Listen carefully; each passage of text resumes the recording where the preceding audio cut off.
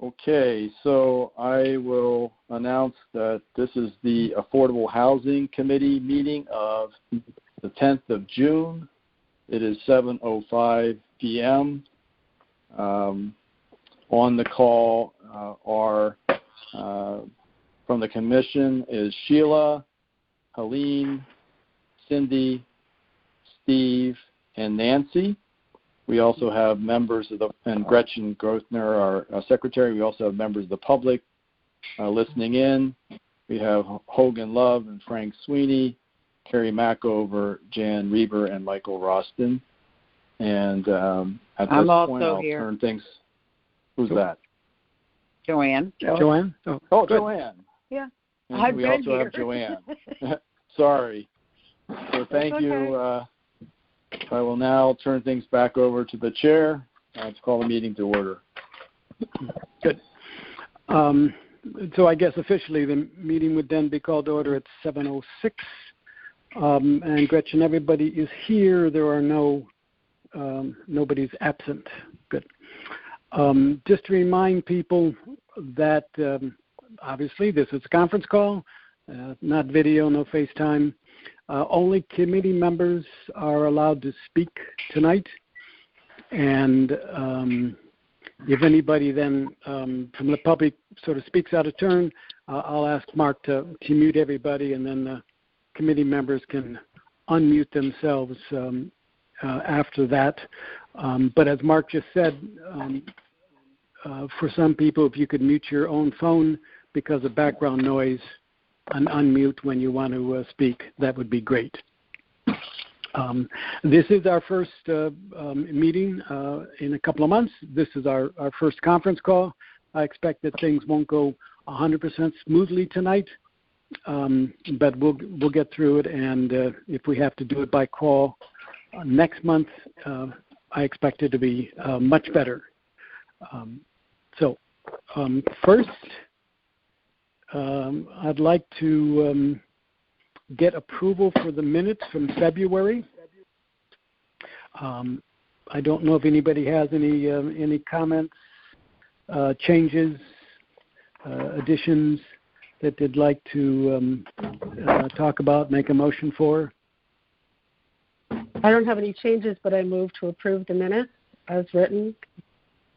That would be Cindy. A second? I second it, Nancy. Nancy, great. All in favor, say aye.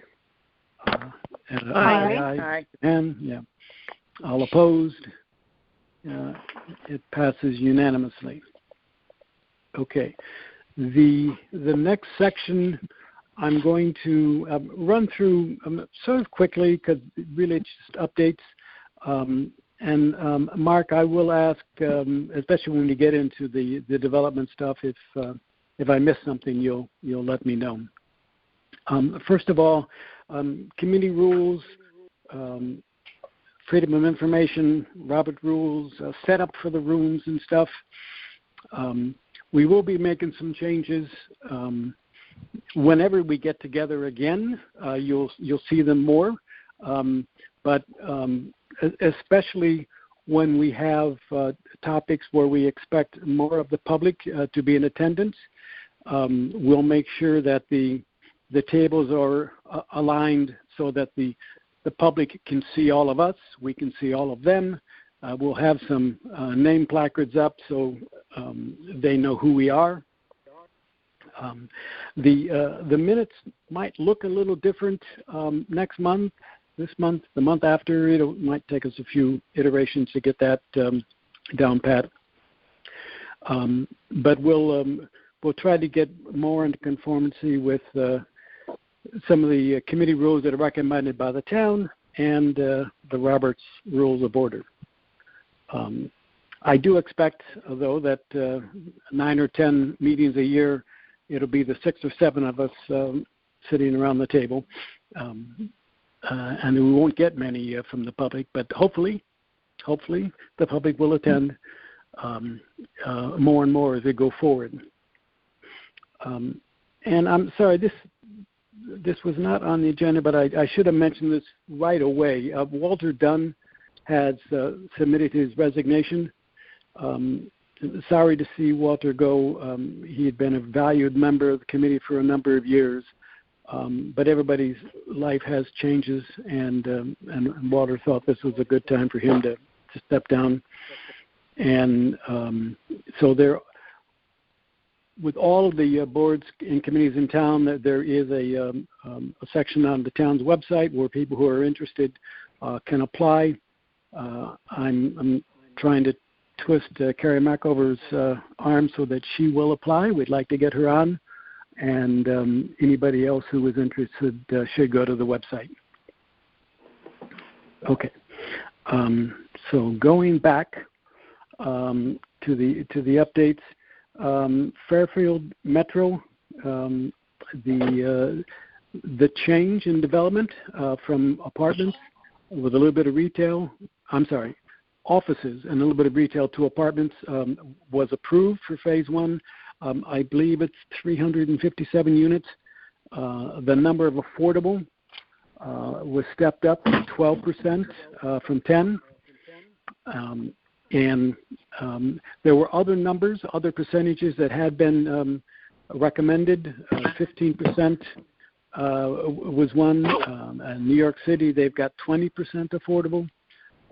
But the Planning and Zoning Commission approved at 12%. And Mark, is that 3 buildings or 1 building for the 357 units? There are a total of, I'm trying to count in my head now, 1, 2, 3, 4, 5, 6. I thought it was 3. There are like seven buildings on the property. In a meeting. Yeah, somebody is talking that should not be talking. Yeah. Yeah. So there were 7 buildings on the entire site. Yeah, it's a multi-phase development and a number of residential buildings. The first residential building is part of phase 1. There's also a hotel being proposed. The total is 357 units in total, with office and some ancillary retail. The site plan, it was a master plan approval similar to what the prior application. There's been several iterations that have been considered by the Planning and Zoning Commission over the years in discussions with the developer post approval. It's best indication, even with the COVID situation now, is that they're hoping to begin site work this fall. Mm-hmm. Good. Can I just add something quickly? This is Cindy. And that's Cindy, right? Yes. Yeah. I was at the Planning and Zoning meeting when the developer was there, and he did not think that it was fair that he should be held to a higher percentage of affordable housing, given that it was 10% throughout the rest of the town. And I really credit Planning and Zoning for saying this was a more dense development, and they did do the increase of 12%. So I think that was very good for us, and I think they took some of our recommendations, and so I think we had some influence there. Thank you. And I'll just note while we're talking about Metro Center that the official name is something like Ash Creek, right? 219 Ash Creek Boulevard. And when we get to it in a few minutes, Operation Hope has a proposal regarding a property very close by on Ardmore, which is just around the corner, part of the Ash Creek neighborhood. Okay, 78 Unkawa Place, 830G, right next to the train station, and 26 units was approved by Planning and Zoning.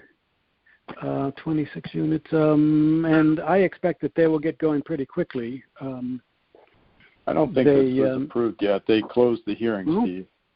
I don't believe that they've actually approved it yet. I think they've closed the hearing. Okay. No wetlands, right? So that won't be an issue. If they've closed the hearing, then they're going to vote in 2 weeks, I guess. They had a meeting last night, I think was canceled.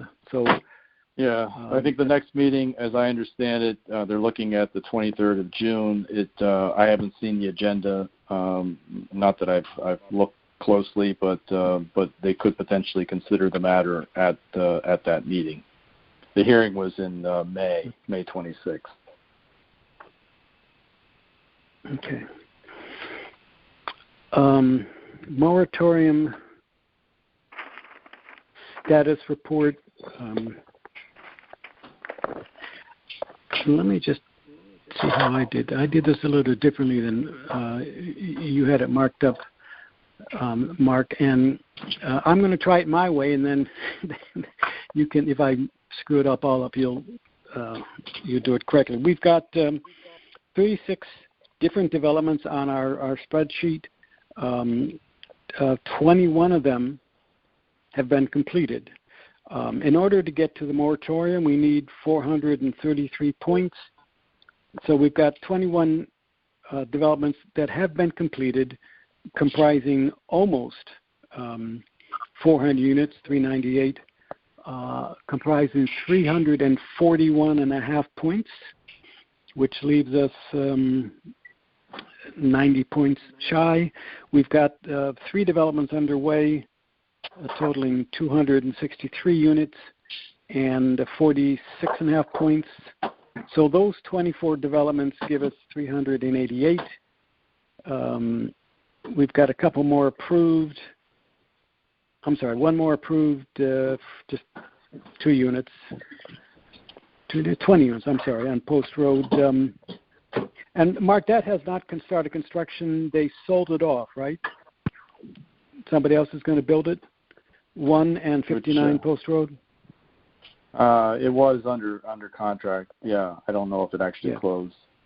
Yeah, okay.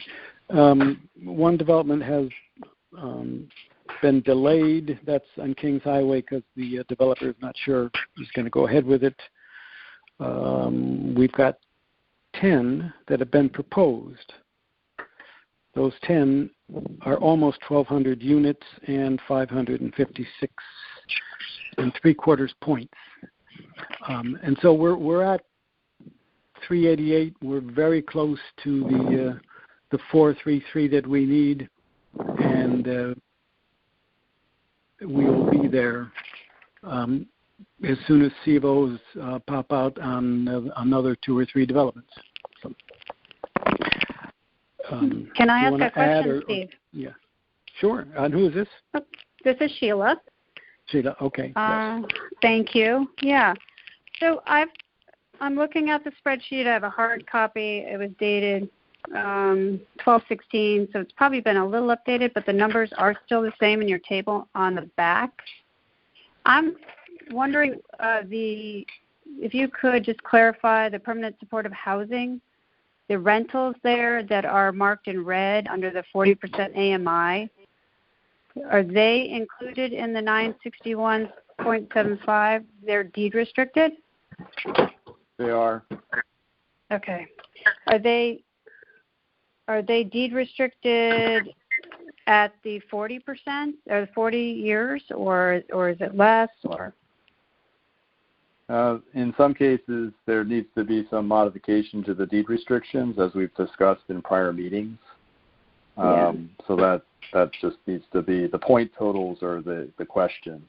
And it should be noted with all this, it is subject to the Department of Housing's review and final decision as to the points associated with each project. So it would be good to build in a little bit of a cushion before you make the application. Same holds true with regard to the Pine Tree development by Fairfield Housing Authority. The Department of Housing takes the view that only the net increase in units count towards the moratorium. Obviously, we have a different opinion, but as I said, ultimately the state is the final arbiter of what the point values are. There is a process by which we can contest any ruling that would be adverse to our interpretation, but and in some cases that has been successful. But I just want to note that for the record, there hasn't really been any change in the overall status in terms of accumulating moratorium points. And as I've noted before with the committee and to the public listening in, only those units that are deed restricted for that 40-year period, upon execution of the deed restriction, they are counted towards that, provided they meet the criteria, or once a certificate of occupancy is issued. And this only affects, for purposes of moratorium, only affects units that are newly created or newly deed restricted after 1990. So that is also an issue that sometimes doesn't work in our favor, but that is the statute. Okay, thank you. So just so I understand, we have to get to 433, and we have 341.5. That is our estimate. According to our count, according to units, according to the income AMI. Could I ask, it would be helpful maybe to me, maybe not so, well to everybody, to know that what year the deed restriction was actually recorded per units. I know that's not an easy thing. I've done that. I know it's not easy, but it would be helpful to have a column there. Do you know of any that are about to expire in the next 2 years? None on that list. No. Okay. Okay, good.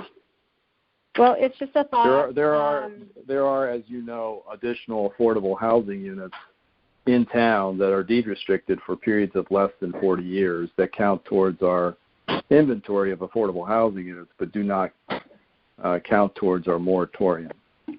So that's probably what you're referring to. Clarification. Right.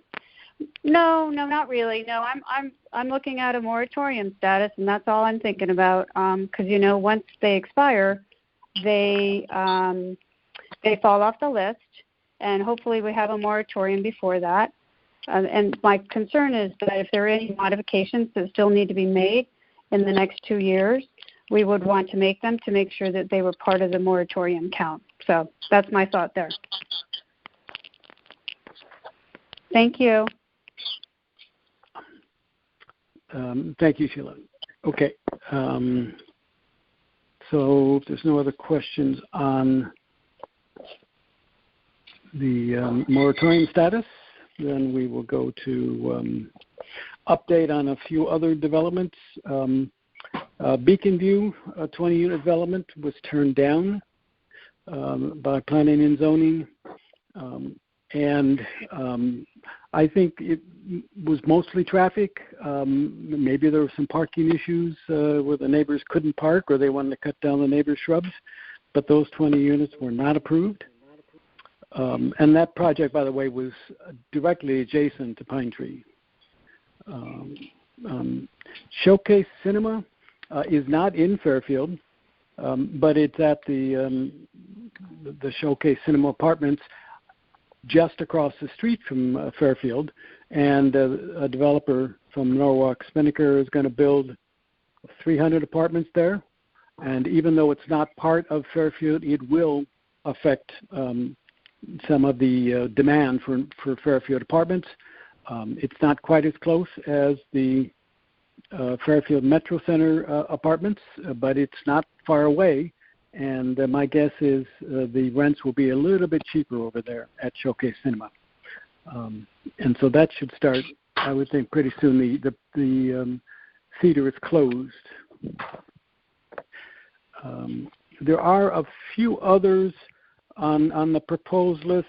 I don't know if you have any updates, Mark, on the Black Rock Turnpike. There's two on Black Rock, correct? One up north of Hi-Ho and one across the street from Hi-Ho. And then a couple on Park Avenue? Yeah, no application has been filed yet on either. Park Avenue is something that the applicant, our developer, had proposed or is proposing a text amendment. It may have been filed in the last week. I haven't talked to planning and zoning relative to that, but we do anticipate a revised application and zoning amendment as it relates to the Park Avenue property you're referring to. Great. And that the Park Avenue is behind one of the Sacred Heart buildings, but directly adjacent to Merritt Parkway, correct? Yep, exactly. 5545 Park Ave. Yep. Okay. All right. So those are the updates.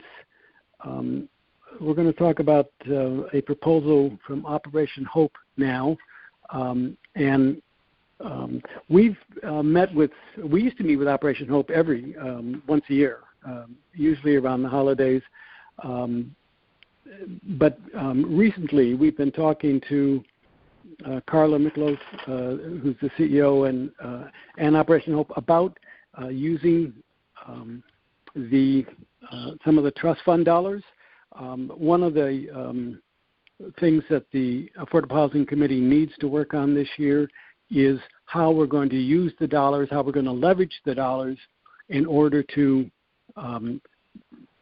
help build new or renovate or maintain affordable housing in the town. And so this is a concrete idea that's come forward. And Mark, I think it would be good if you could walk us through it, even though you did send out a short note today. But why don't you walk us through it? This is just for discussion purposes this evening.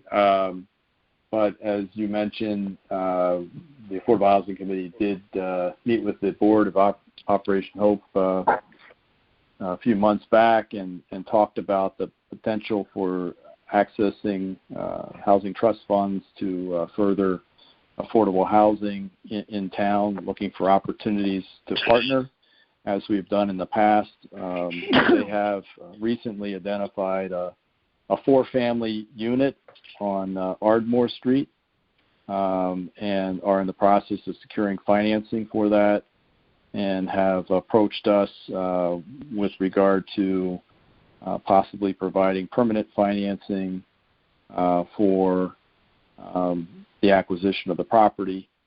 I believe they were proposing $330,000 from the Housing Trust Fund.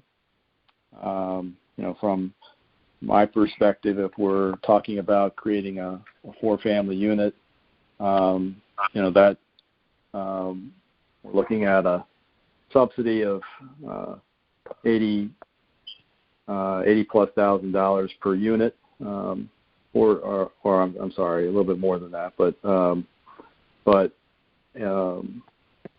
I think what I wanted to do was at least mention it to the committee tonight, and if it is something that we wanted to entertain, then we would put on the agenda for a future meeting to consider and act upon that request.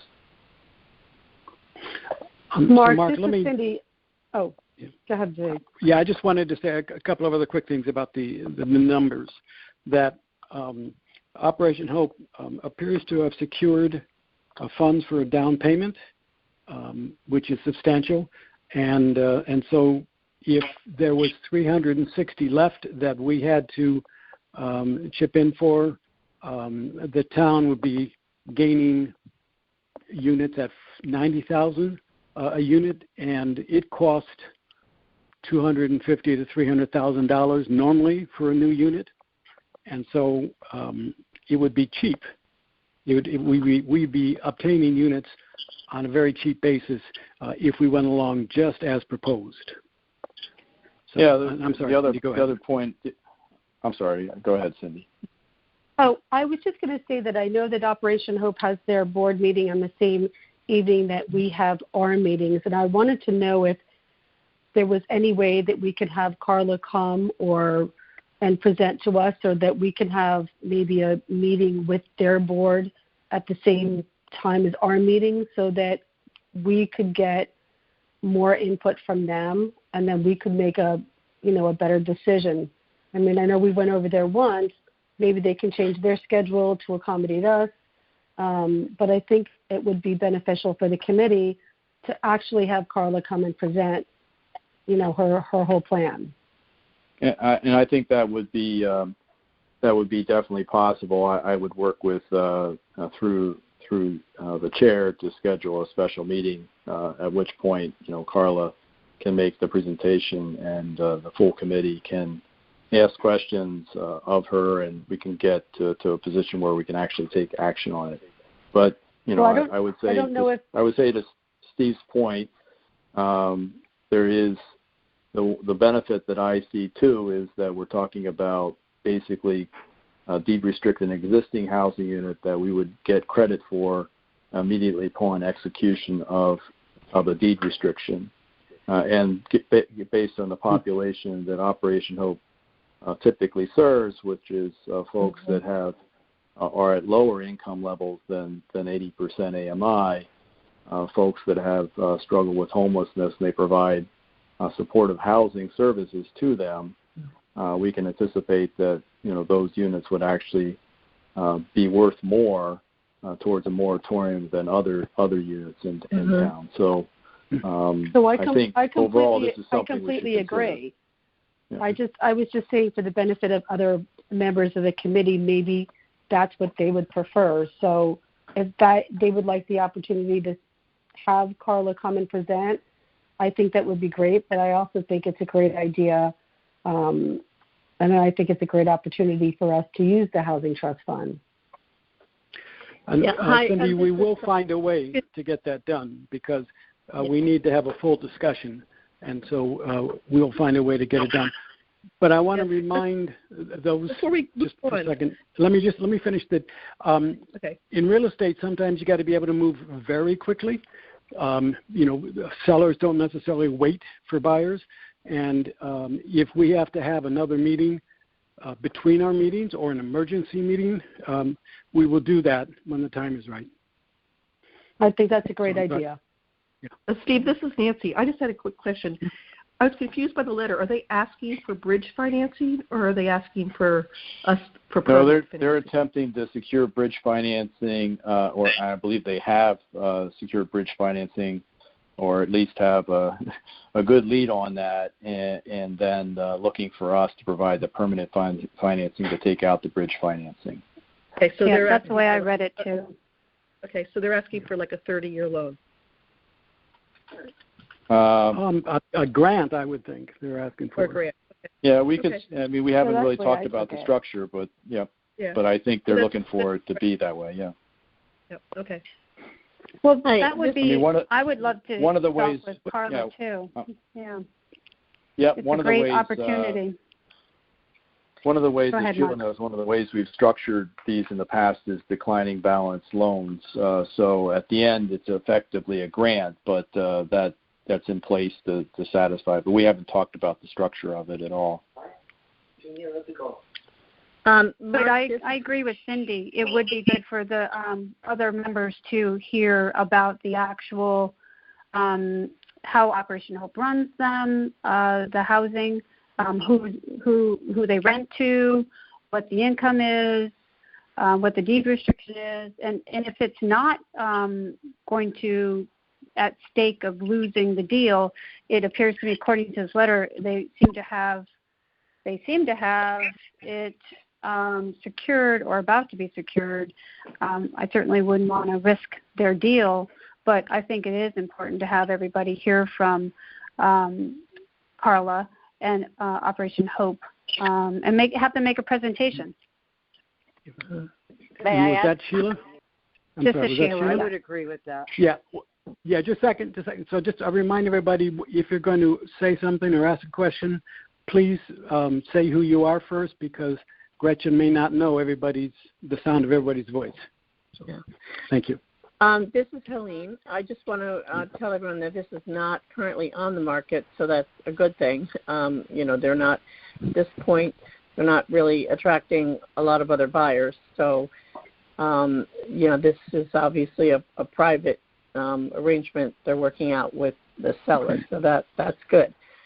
I think this is a fantastic use of our trust fund money. I love it, and I'm always thrilled to talk with Carla. I've been working with her for the last 12 weeks on food drives. She's great, and I'd really love to hear more about the housing end of Operation Hope, because I've mostly been working with the food distribution. So yeah, I'm all for that.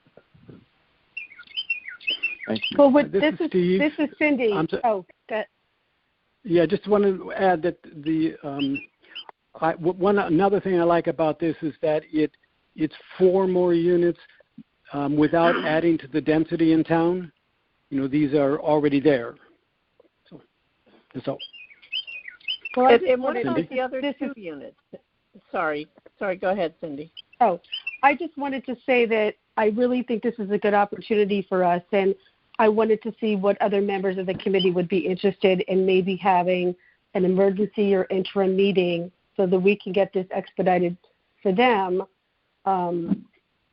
prior to next month's meeting. I think it's a great opportunity. I think it's a great use of the Housing Trust Fund. Yeah. And if other members are interested, I think it would be a good idea for us to see if they can meet with us in the next several weeks and kind of expedite the process.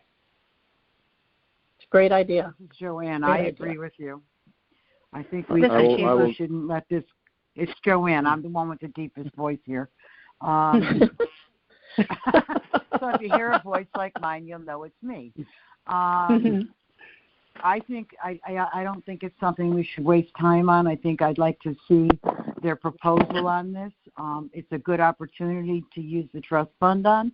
So if we could set something up sooner than later, I'm all for that. Yeah, absolutely. I'm 2 nights a week. I don't get out of work until after 7, but I can get in my car on the way back from New Haven, so that's not a problem. But I think we shouldn't let this opportunity go. It's something that, you put the trust fund together for something for this reason. And so this is Steve. I will say, in my opinion, I love Operation Hope, and I think this is a good development. I'm not in favor of taking half of the trust fund dollars and sinking it in long-term, forever, into one development. It's not leveraging the dollars. And so if there's a way to leverage the dollars, I would much prefer that. I love Operation Hope. I think this is a good development. It's Joanne again. Could it be done as a short-term grant as opposed to a loan?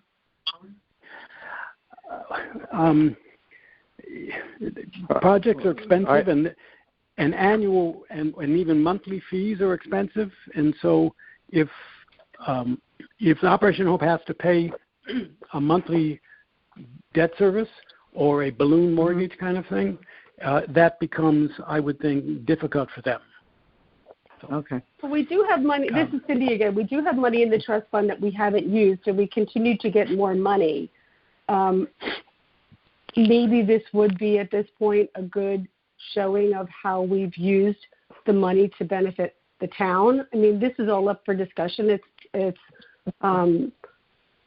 we can talk to Carla to see what she has planned. If it's just a donation or if it's a loan. I'm not exactly sure how it's going to be structured. There's so many different contingencies that I think maybe we could discuss this with her.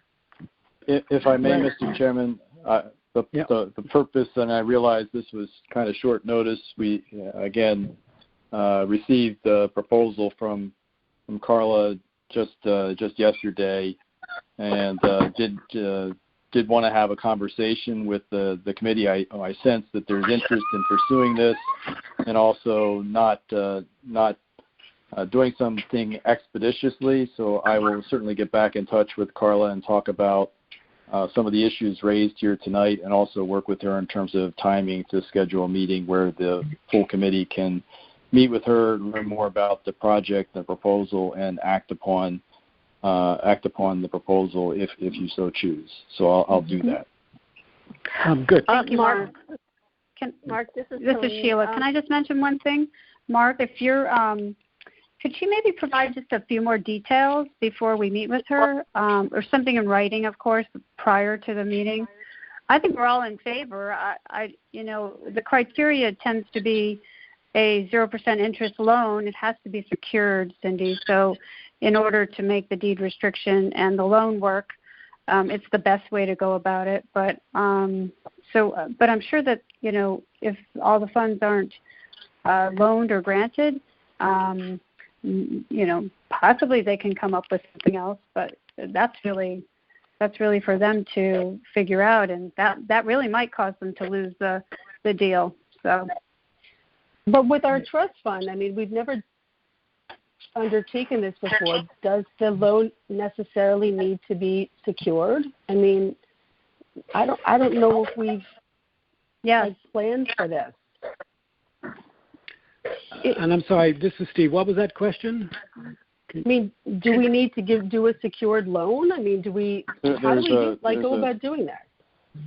Bottom line is there's a lot of different ways to do this deal. So I wasn't planning to present specifics tonight, more so that there's this opportunity, get a sense of the body, and then once we have more details, come back to the board with Carla, so that you can ask questions and you have more details as to how the whole transaction would be structured and how our monies would be used and to what extent. Yeah. And then you could act upon it at that time.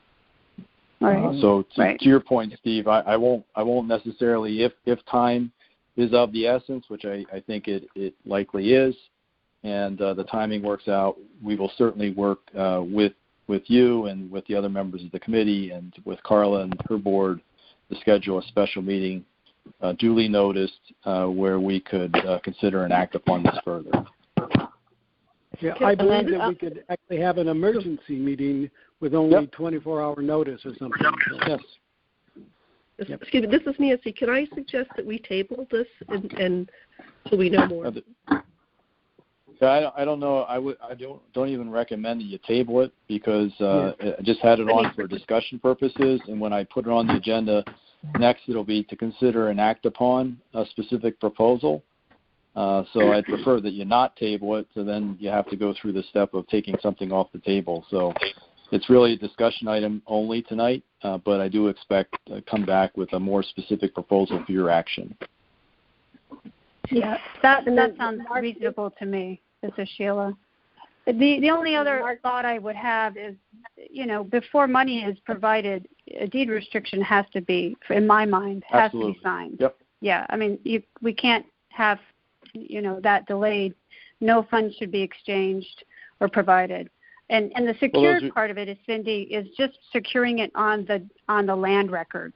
I don't mean secure the loan in any mortgage sense. I mean on the land records, for record, that the town has provided the funds to who and why. Okay, yeah, but we could think about terms about a forgivable loan over a period of time, and I just think all of that needs to kind of be worked out. Oh yeah, there's definitely. I'd give him a grant if it was me. So I completely agree with you, and I think if we could kind of do an emergency meeting with her, we could move this along quickly. We can't do a grant because if they do sell it, because they own it, they'll own it. Probably, right, Mark? If they own it and sell it, the money should be returned to the town. Yeah, I agree. Speaking along with Cindy.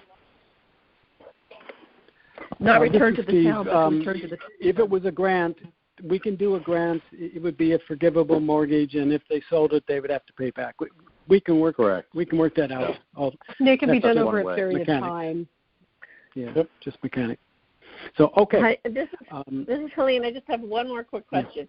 Didn't it say that this could potentially be a 5 or 6 unit? Yeah, I didn't want to go there. It is possible that there is a third floor that could be converted, but I haven't had any in-depth conversations with my colleagues in planning and zoning just to make sure that that is in fact feasible. I mean, I know technically anything is, but I didn't want to go there off the bat. Gotcha. But there is expansion possibilities that just need to be explored. Okay. Okay. Okay. We're good. Thank you. Next item. Yeah. Well, and thanks to Carla. You know that it's really, first of all, they're a great organization. They're doing God's work, and it's good that they've got an opportunity that we can discuss with them. So that's great. 131 Beach Road, on 830G application. It's the Masonic Temple, very close to Town Hall. I remember it as being the place where you could buy teak furniture at every Memorial Day parade. You're absolutely right. Yeah, and I'm a little I'm unhappy that it came through this way, because I remember discussing it at the Affordable Housing, I think it might have been the task force at that time, a number of years ago, that, gee, look at that, you know, it's nobody there. It's like the Elks Club, Oddfellows, you know, all of those organizations, that was our father's generation, and they're losing people. That property ought to be coming on the market. Well, it took 15 years, but there it is. 4 stories, 40 units. There will be some neighborhood discussions about it, I'm sure, since it's along the post road, and I do think the neighbors has hired Joel Green. I heard through sources that the developer, I guess unofficially, has said that he might be willing to reduce from 4 stories to 3 if the number of affordable units went from 30% to 10%. And I'm not quite sure why the town would do that. Right now it's going to be 12 affordable and 28 market, and I think under the new scenario it would be only 3 affordable and yet 27 market. And so the developer is giving up only 1 market rate, but we'd be giving up 9 affordable. So that's about all I know of the project. Mark, you can maybe fill something in. I'm not sure why to your point, Steve, I'm not sure why the developer would necessarily propose that unless that was to satisfy an in full settlement of neighborhood concerns. So, 830G, remember, the onus is on the town and the Planning and Zoning Commission to demonstrate through a preponderance of evidence that there are issues of public health and safety that outweigh the need for affordable housing.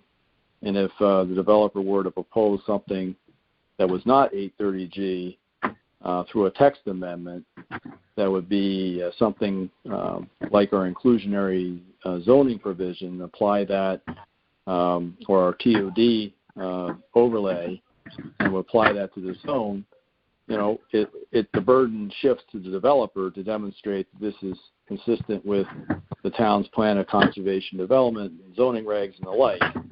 So it may satisfy the majority of the neighbors, but all it would take is an individual that wanted to file an appeal, and then litigation would ensue. So I think it was legitimate effort on the part of the developer and his attorney to try to, because there have been neighborhood discussions already. Somebody mute their phone?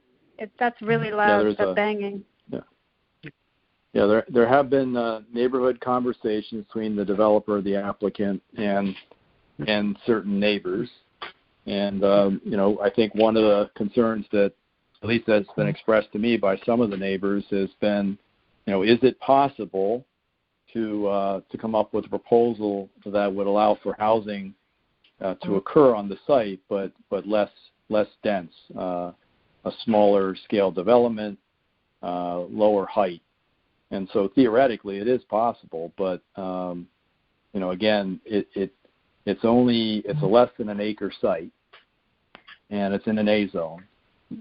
So it would require some changes to our zoning to permit something in the order of 30 units to occur on that site. It hasn't yet. It's been filed and scheduled for a public hearing. I don't think the public hearing has yet been scheduled, but I understand it's likely to be heard sometime in July.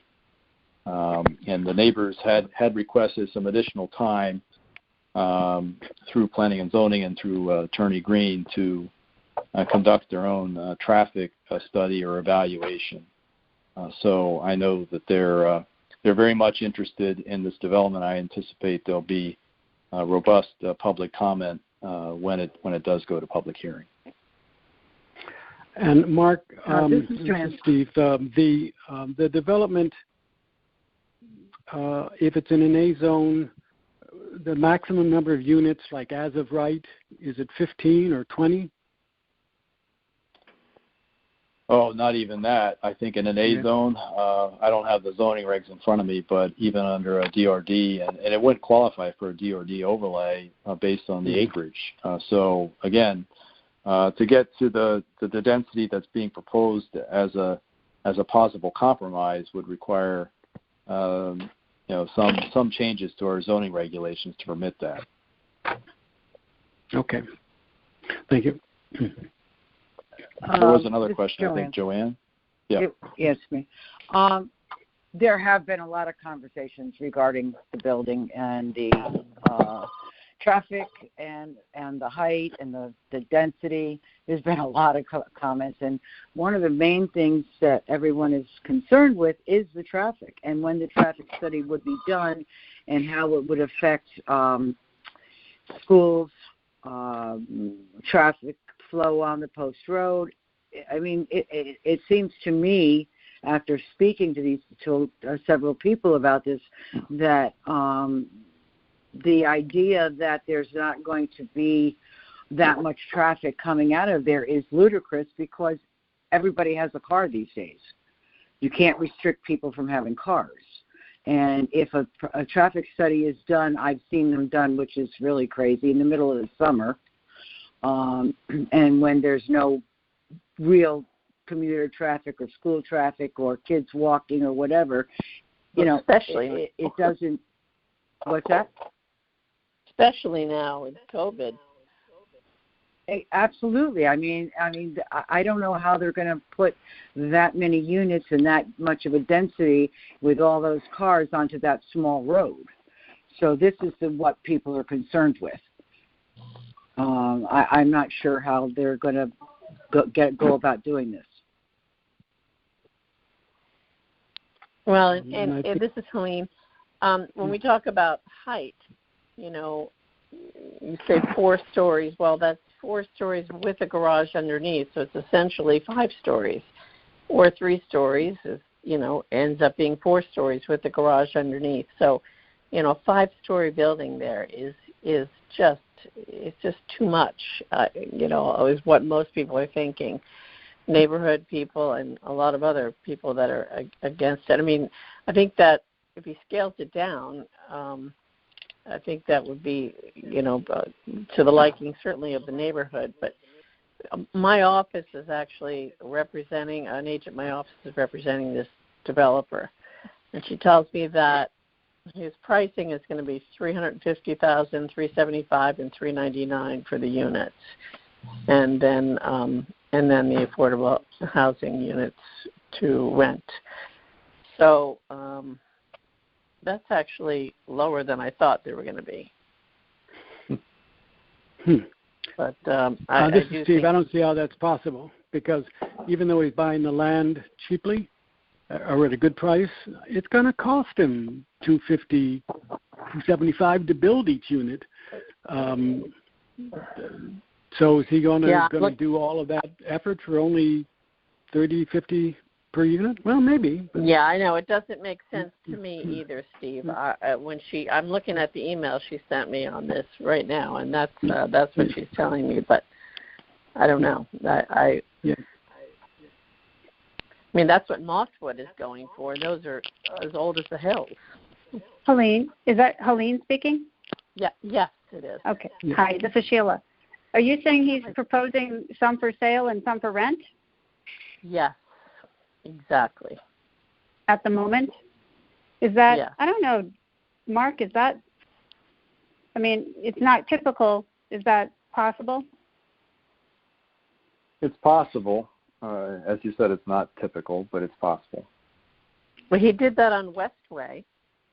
Yeah, I was just going to, this is Cindy, I was just going to say he did the same thing on Westway, so how is he going to deal with the same issue that he has on Westway with the unit to be sold? That makes a really difficult affordability plan, Steve. doesn't it? I don't think he did that on Westway. Those were all for sale. And if he finagled and tried to rent some, because he's supposed to offer to the affordable people, the same as the market rate. And so if he's got ones for sale. Steve, I looked this up today. This is Helene. I looked up that information today, and they're all owner-occupied except for two. And actually, 489 is owned by Westway Road LLC, and that's Glen Tantangelo. The sales listed as 0. Taxes are $2,325. I believe that's the one. One of these two he kept for himself. The other one is 461 Westway, and that's sold for $205. The owner of that is listed as Glen Tantangelo. So, and the taxes there are $4,000 and change. When everything else in there sold for $1 million plus, $1.2 million, from $1 million to $1.2 million and change. So I'm not sure because these two on 461 and 489 are both in his name. So and they were purchased in his name? Well, no, they were purchased by the LLC. This is Cindy. I think they were purchased by the LLC, or they were kind of like an arm's length transaction where he didn't actually sell it to someone else other than himself or someone in his family. Right. One is the LLC. The other one is in his name. And it's an 830G development. No. Well, Westway Road is not. Oh, okay. You're mixing apples and oranges. Okay, you scared me there for a minute. Yeah. No, yeah, but not quite. No. It's not quite mixing apples and oranges. It's just mixing 830G and inclusionary, but the affordable units are the same. They're affordable. Oh, I see. Yeah, okay. We have a deed restriction for both those units. Wow. That indicates they would be sold or rented at prices that would be affordable to people at or below 80% AMI. Yeah, and those restrictions are recorded. There's no caveat that says you can't sell it to your own family. I mean, you're supposed to advertise it. Is there any? Does the inclusionary zoning include any kind of affordability plan requirements that are typical of the 830G? Yes. Probably not, right? There's an affordability plan. And there's been questions about whether or not that affordability plan was sufficient or even followed as the development was finalized. So, this is Cindy. I mean, you could be a person who doesn't, and there are numerous people who do this, don't show any income. I mean, you could have certain holdings, but if you're not showing income, then you could qualify to purchase a house. I mean, maybe if the LLC doesn't have any income, maybe they could be considered, affordable.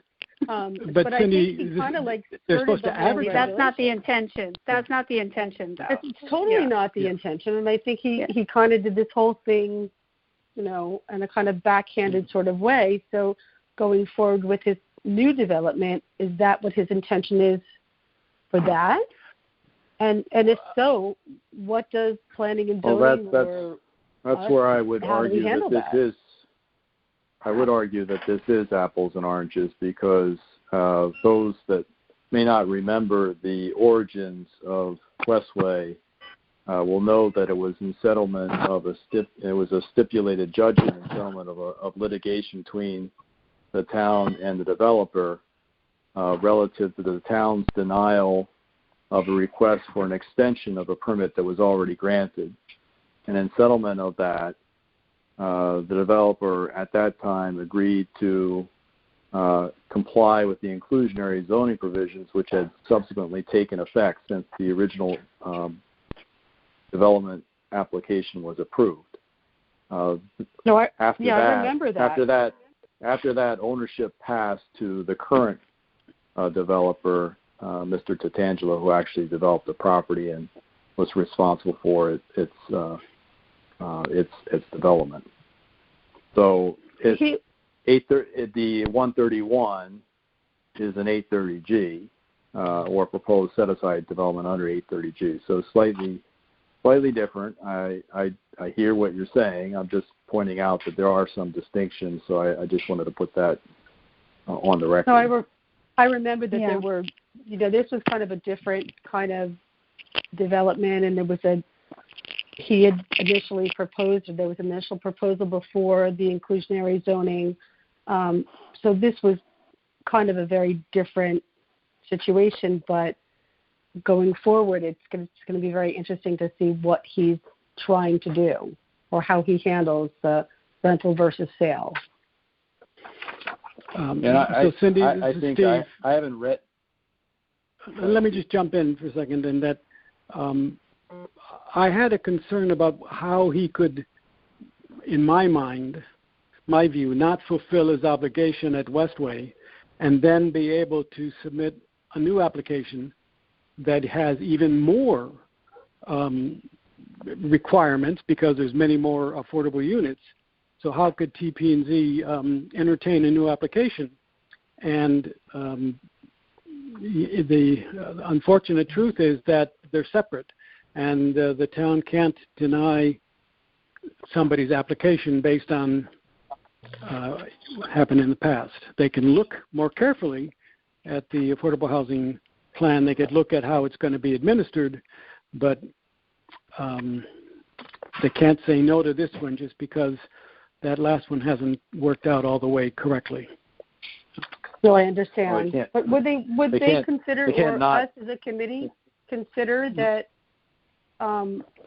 something to the effect that he hasn't been quite forthcoming in the past?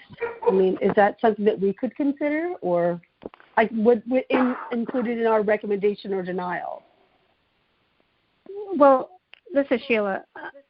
On that note, I think the Affordable Housing Committee needs to understand we don't have approval. It's the zoning department, and that has approval. But I mean, we either recommend something and say that we recommend it, and we think that it's or recommend. We say that we don't approve of something for various reasons. But here's what we could do.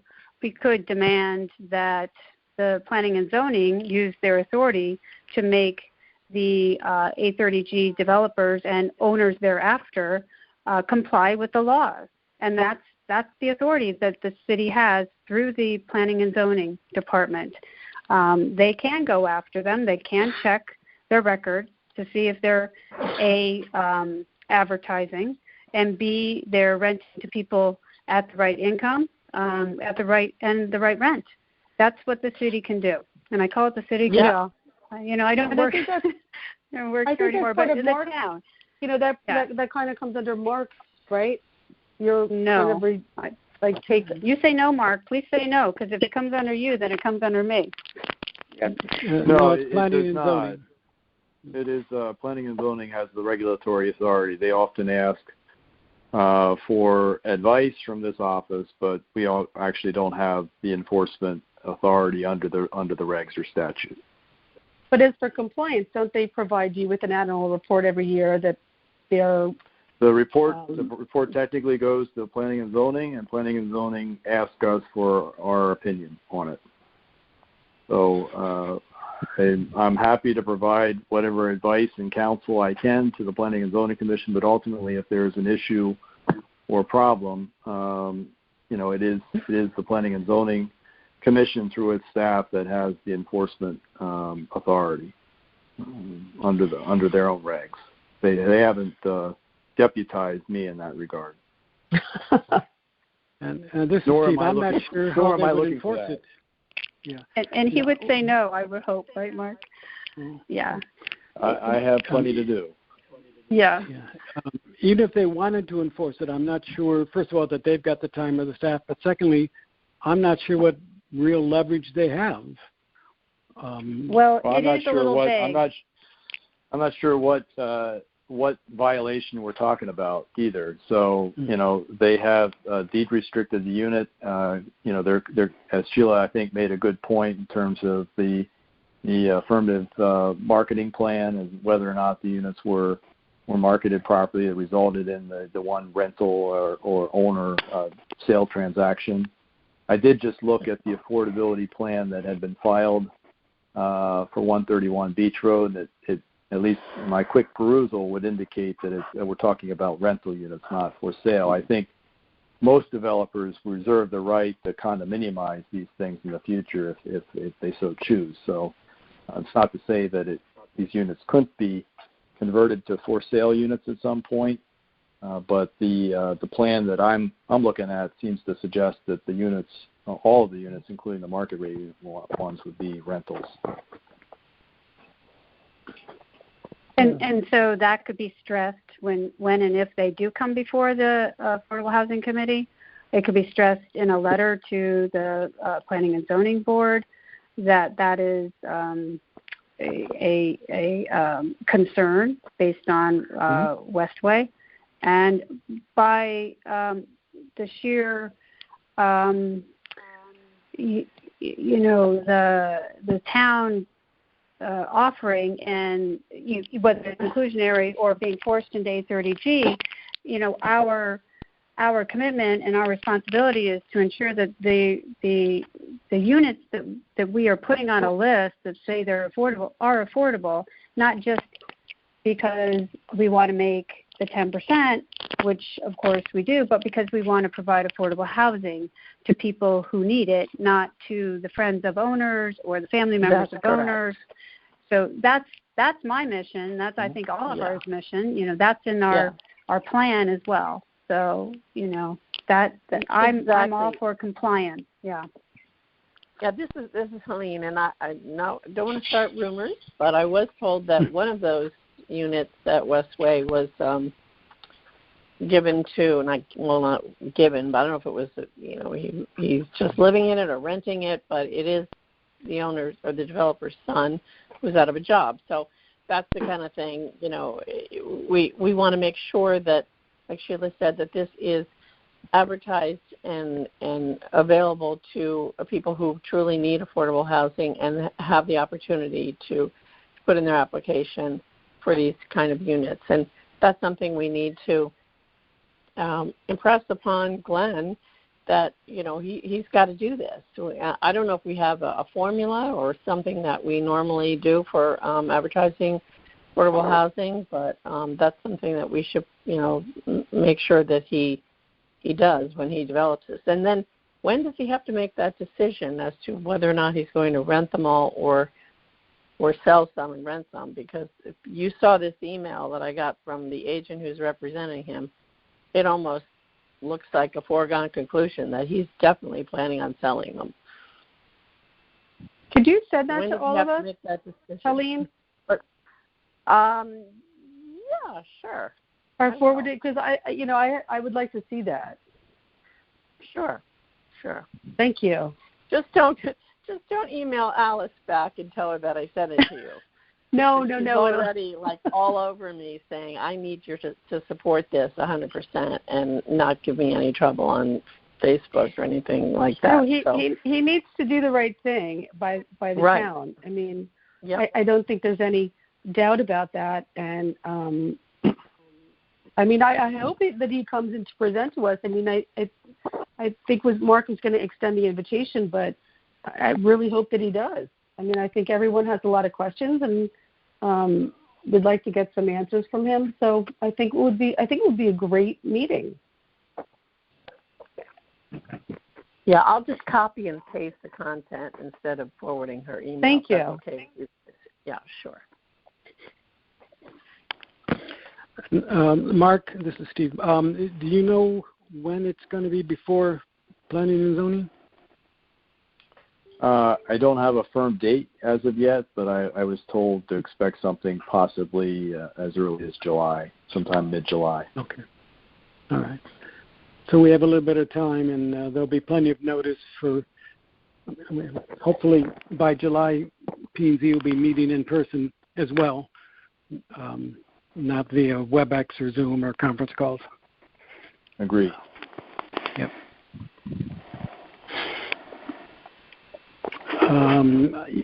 This is Steve again, and I'm sorry, I should have mentioned at the start, if I didn't, that the members of the public who wanted to comment on any of the items on the agenda, either before or during or after the meeting, can send an email to the Affordable Housing Committee, and we will answer them, and it'll get into the minutes. So I don't want the public to feel that they don't have an opportunity to weigh in on things. Okay. Any other comments on 131 Beach Road?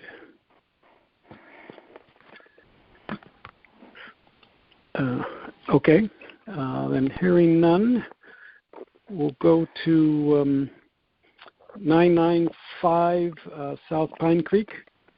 And the discussion is going to be a little bit different than I originally thought, since the owner has advised me that not a donation, that he's willing to negotiate on price, but it's not a donation. So keep that in mind as we go through. It's basically about a quarter of an acre. A little over almost 12,000 square feet of land. It's a residential B zoning. You could do a one or two family house. And the owner said that it's basically shovel ready for one family. That the wetlands permit is been approved, and it's valid for another 3 years or so. I guess you'd have to pull the building permit. And there's a design that the owner has. It's got to be elevated. You got to get out of the floodplain. I think it's already at elevation 7 or so you've got to move it up another 7 feet or so, unless you wanted to have a garage underneath, and then you would move it up maybe 14 feet. And then 2.5 stories. So you'd end up with, on this schematic, about 2,000 square feet, which in my quick math, maybe it would cost you close to $300,000, something between $250,000 and $300,000 to build, or to have built. And we've got the Housing Trust Fund. We're looking for ways to put it to use.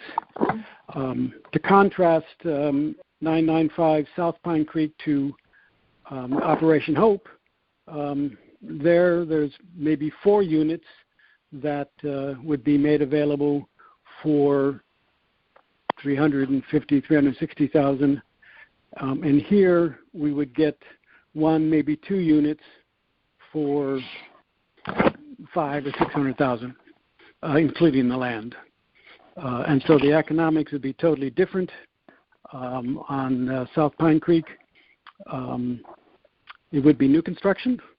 The owner did say that he would prefer a preference for first responders, for policemen, firemen, teachers, the people that are the backbone of our town but have a difficult time living in our town these days. And so there's a real need for that kind of housing.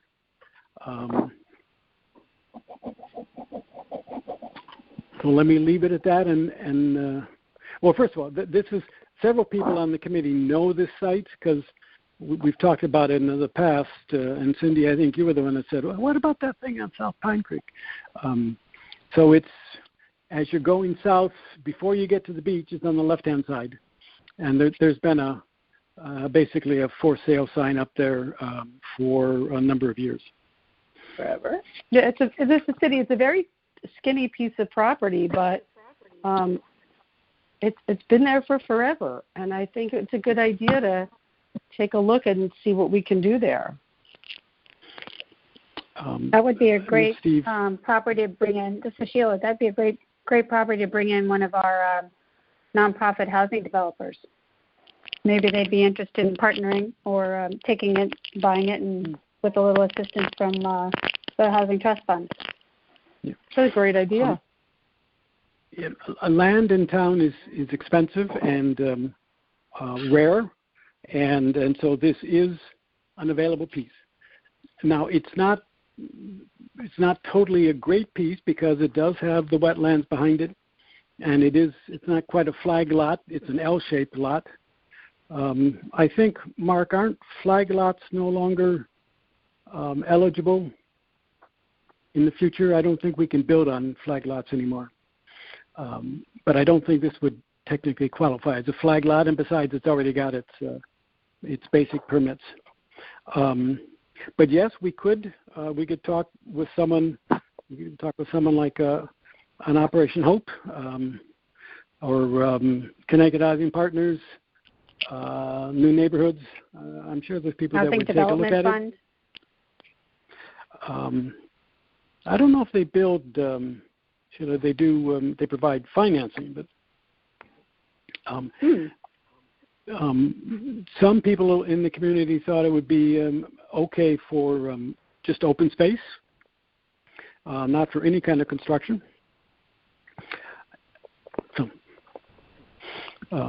I have not done the total math on it to see, but if it were to be a two-family and came in at, let's say, total of 600, then you'd be selling at 300 a unit. Maybe you could sell it at 250, which that's right at the range of affordable, 250 to 300. So yes, maybe we should talk with some of the not-for-profits and see what they think. Just a reminder, the town can't really do anything. They're not set up to do any housing, and it would take them, forever. You got to go through so many committees and the RTM and the finance board and stuff. It just would never work for the town to do anything. I'm correct about that, right, Mark? The town has never built anything that I know of, any housing. Well, we have acted as the developer on projects, true, but it's not something that we would typically do. It's not something that's in our wheelhouse, so it would probably be better served to go elsewhere, a partner, as you suggest. On this, there are some environmental issues attended to the property. I'm not sure that they have been completely resolved. So that would have to be fully explored.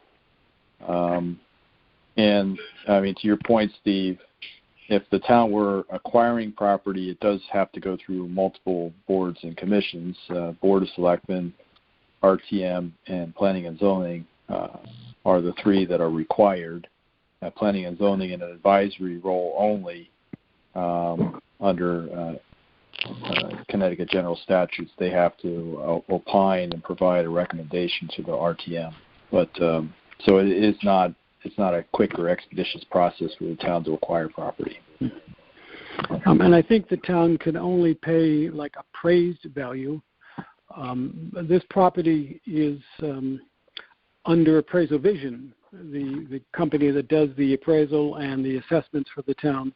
It's appraised at about $115,000, $114,300. The owner has an appraisal by a private appraiser that is about $360,000, $365,000, and so there's a large gap in there between what Appraiser Vision thought it might be worth and what the private appraiser said it was worth. So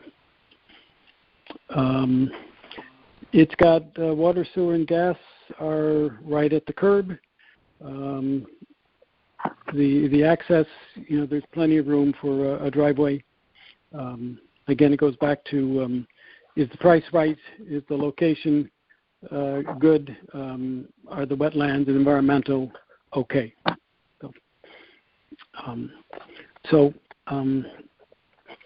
Mark, I would suggest that when you get back to Carla about her property, you might give her this address, and I'll mention it to one of the not-for-profits that I know, and we'll see what the feedback is.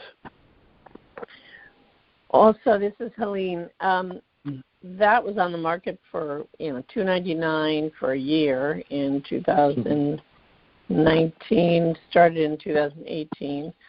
For that, it was. It's just been on, as somebody already mentioned, it's been on. There's been a for sale sign for years, but it mostly has been that $289, $299 price point in recent years, and nothing. I know a lot of developers that have gone down there to look at that, and nobody's thought it was worth that kind of money. So we'd have to really get that much lower than $299, $300. And I indicated, and it's been indicated to me, the owner said he's willing to discuss, and so there's room on the price, But I don't think it makes any sense to get into those kinds of discussion until we have somebody who says, yeah, for the right price, I'm willing to take a real close look, Uh-huh. Yep. Okay. Any other questions on 995 South Pine Creek?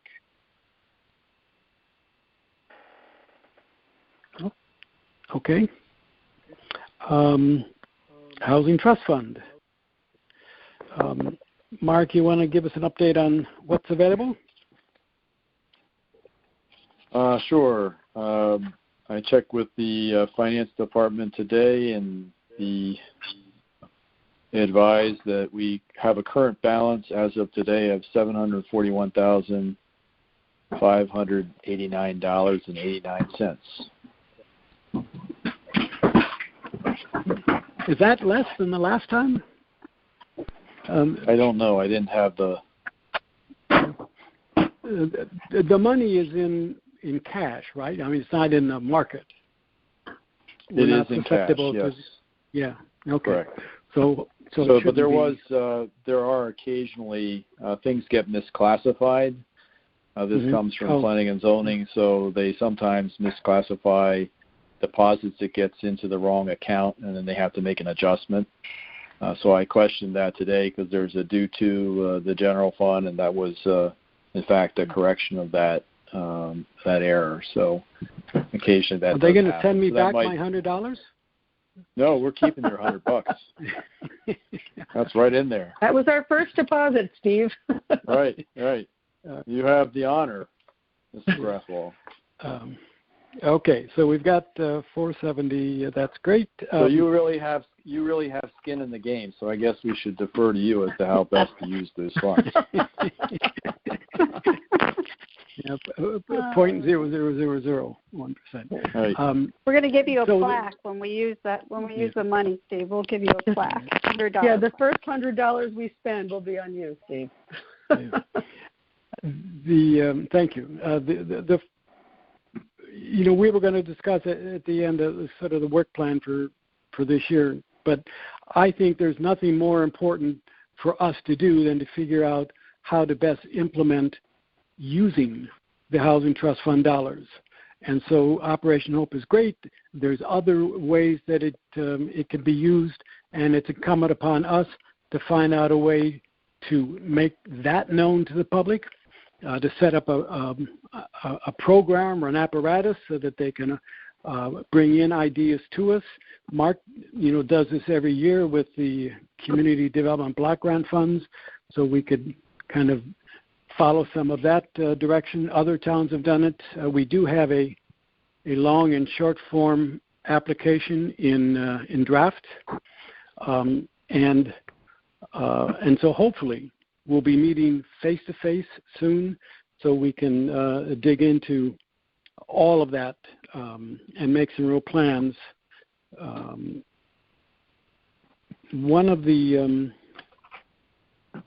I'll leave it at that for right now. So unless somebody has some ideas right now that they'd want to toss out for a quick discussion.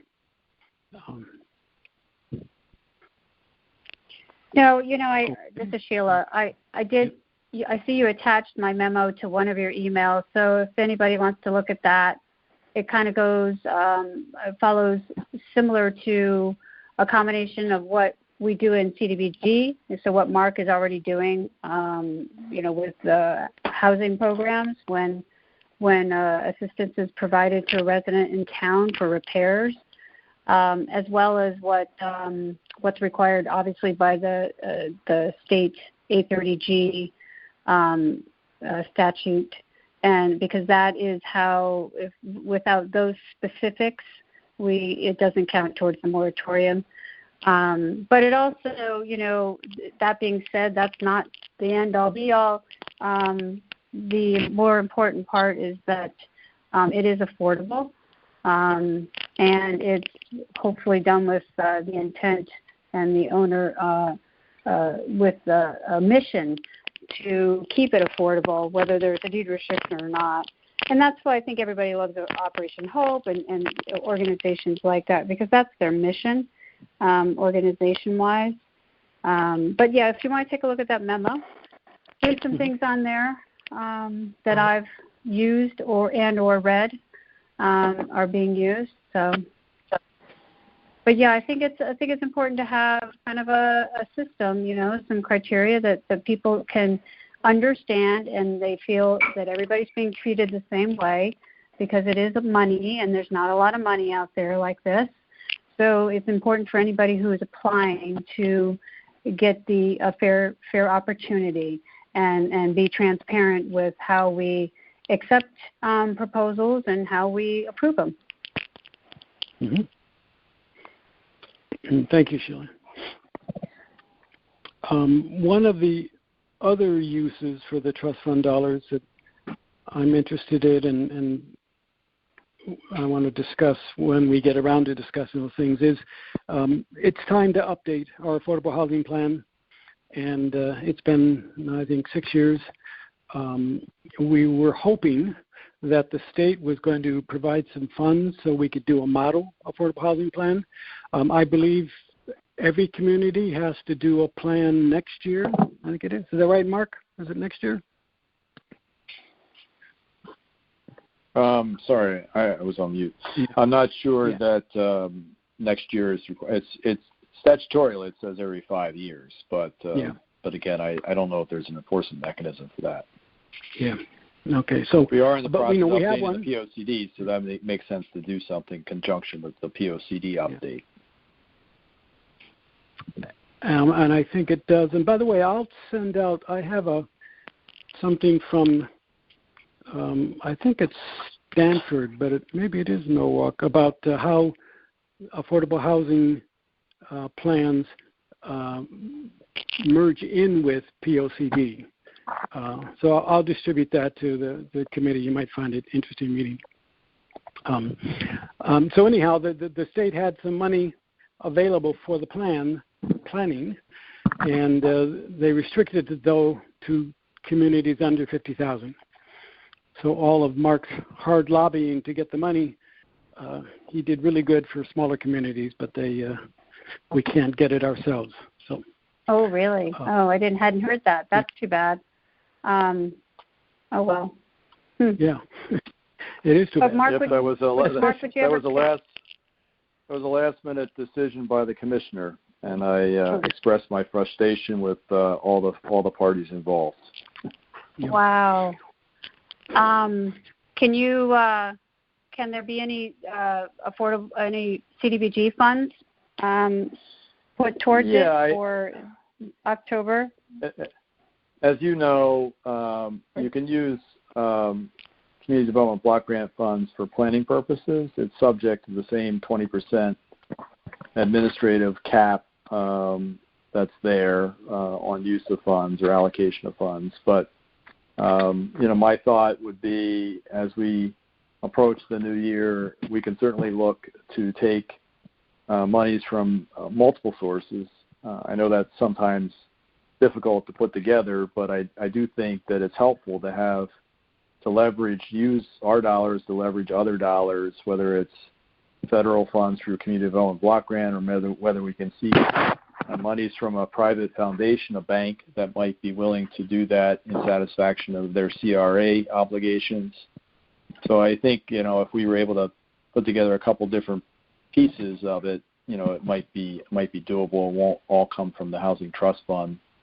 And it'd be easier to sell if that wasn't the first thing out of the box that the committee was recommending, use of the Housing Trust Fund monies to develop an update to the plan. I think all of us would prefer that it would be actually used to actually create some affordable units here in town, as opposed to going through even though it's helpful, go through a planning exercise. That would be my concern. And I think the state really did, a stupid thing, because we have, the best plan in the state, and it is a model plan. And if we were to update it with the thought in mind that it could be sort of a plug-and-play plan used by other communities, it would reduce their cost of their plans dramatically, and the state would end up saving money. But powers that be saw it a different way. So, okay, moving on. Update on accessory dwelling units. We have 150 or 200 units, I think, that are on the books, and another couple hundred units off the books in town. If we could find a way to get them legalized and deed restricted, it would give us an automatic number of units, a cushion, working towards our first or second moratorium. And when we first took a crack at trying to amend the accessory dwelling units, we didn't get far. The town wasn't really ready for it. Since that time, there's been a number of 830G applications in town, and it seems that people are now looking anew at other ways to provide units that would not increase density, that would not change the character of neighborhoods. This is one of the ways that we could do that. So I'm hoping that we can take action on trying to do that. A couple of thoughts, and Mark, you can chime in. One is to maybe we would use some money from the trust fund to give people a loan, forgivable loan, to upgrade the units, to make them legal. There'd be a deed restriction, and the loan might fall off every year for 10 years or something like that. Or we could give them a tax incentive on the real estate taxes. Just a couple of thoughts. You want to add anything, Mark? Yeah, there's really a couple different pieces here. So there are over 200 legal units here in town, and a number of units that aren't formalized, but are probably ad hoc that could be added to our inventory. The beauty of leveraging these housing units as affordable housing is you're utilizing existing housing stock. And if we were to deed restrict accessory dwelling units, they only need to be restricted for a 10-year period in order to count towards the moratorium points, not the 40 years that's typically required for other types of units. So as Steve mentioned, one of the proposals, I know the Fairfield Senior Advocates were looking at this as well. One of the proposals I certainly have discussed with the First Select Woman is exactly the two-pronged approach that Steve mentioned, which is providing some type of tax abatement or tax credit in exchange for a deed restriction of 10 years. So each year you would get the benefit of that tax credit through 10 years, as long as the deed restriction was in place. And then secondly, the other way would be to incentivize the creation of new units or conversion of existing housing to provide for it or update it such that they would be legal accessory dwelling units, and you could provide some funding for that purpose in the form of a declining balance loan, similar to what we've done with our other single-family rehab projects. So I think both are very promising. The first selectwoman was interested in pursuing both this fall, and I hope that we can continue these discussions. I know the one comment I did get from a member of the public today in advance of our meeting was on this particular issue, and she was very excited to learn that the committee was once again taking up this particular issue. There's a second piece of it, which Steve mentioned initially, which was regulatory change. So our first foray with the Planning and Zoning Commission was proposing a series of text amendments to make it easier to create accessory dwelling units. Currently it has to be part of the primary structure, can't be detached. There's a 5-year period in which there's a 5-year waiting period in which you could create a unit. So we were proposing some modest changes to those zoning regulations, which didn't go well. That piece can stand alone, but I think the real issue is can we incentivize some of the existing 200-plus units to voluntarily deed restrict those units for a 10-year period, and how will we do that? And I think we would do that by providing them something of value in exchange. So I do think it's promising. The beauty of it is, again, you have the benefit of getting the deed restriction immediately upon execution. It only needs to be for a 10-year period of time, and you're leveraging the existing housing stock without having to wait for something to be constructed or have the effects of construction in the neighborhood that may already be overtaxed or overburdened with that. So I think there's a lot here for the commission to look at. Mark, let me ask you, in San Francisco, they had a program where a not-for-profit that had some funds would come in and build a small house, a tiny house in your backyard for like an accessory unit. Would the town allow like a garage to be converted or a 700 square foot tiny accessory unit to be built detached in the backyard? You would need to amend the regulations to permit that, and I do think that that's something we should look at, but I think that you could probably make better use of the existing 200-plus units that are already legal accessory dwelling units. They're just not deed restricted as such. So how do we convince people that it would be in their interest and ours to deed restrict those units so that we could get credit for them? And then beyond that, we could look at whether or not we could make some further changes to our regulations that would allow others to convert detached structures, whether they be garages or some type of other dwelling units or other structures on the property that they could use for a dwelling unit. So we need to find somebody. We need to get the first person to say yes, and then get some publicity on that. Right? So we got to change the zoning too, but or the regs. But okay. But if we can get one person, I think it'll kind of open the door. I think in order to move this forward, and I just had a conversation again with the first select woman today, and this came up in the context of it being on the agenda for this evening, is I'll need to have a conversation with the town attorney. There is a provision in the town code that allows the first select woman or first selectman to enter into an agreement for taxes for the creation of low moderate income housing. So whether that can be interpreted such that we can do what we're proposing here, obviously would still need to go before town boards to do that. but it would be good to know, whether or not the existing ordinance in the town code is sufficient, or whether we need to make some changes to that, working through that process with the RTM. So I just had that conversation today, but I'll talk to the town attorney on that.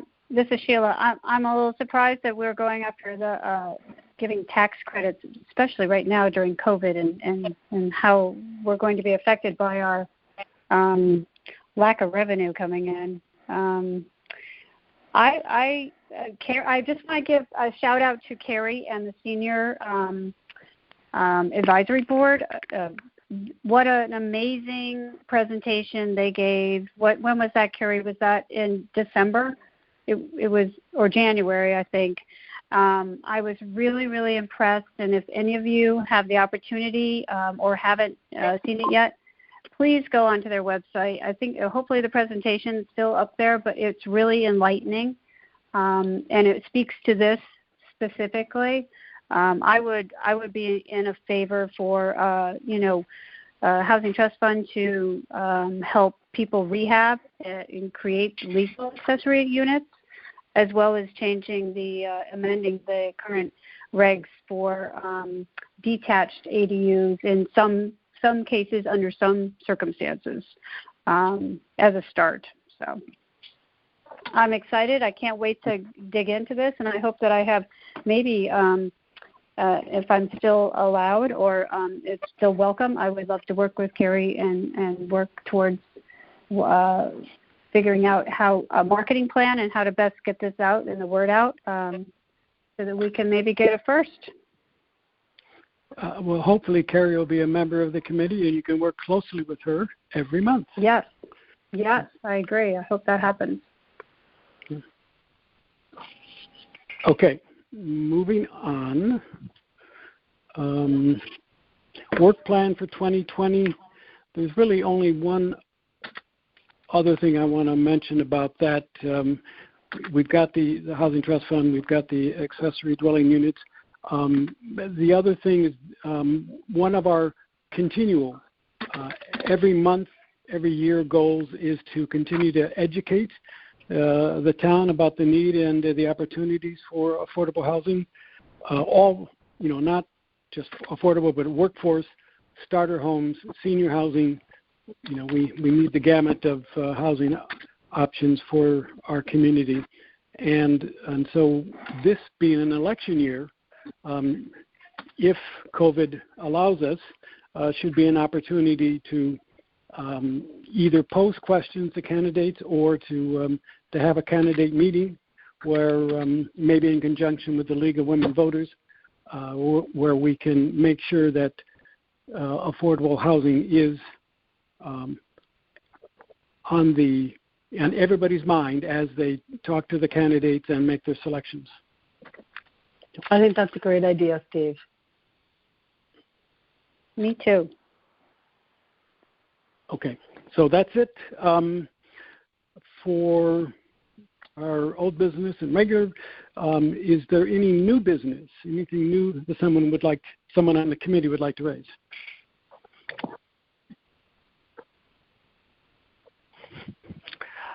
And Mark, anything new from?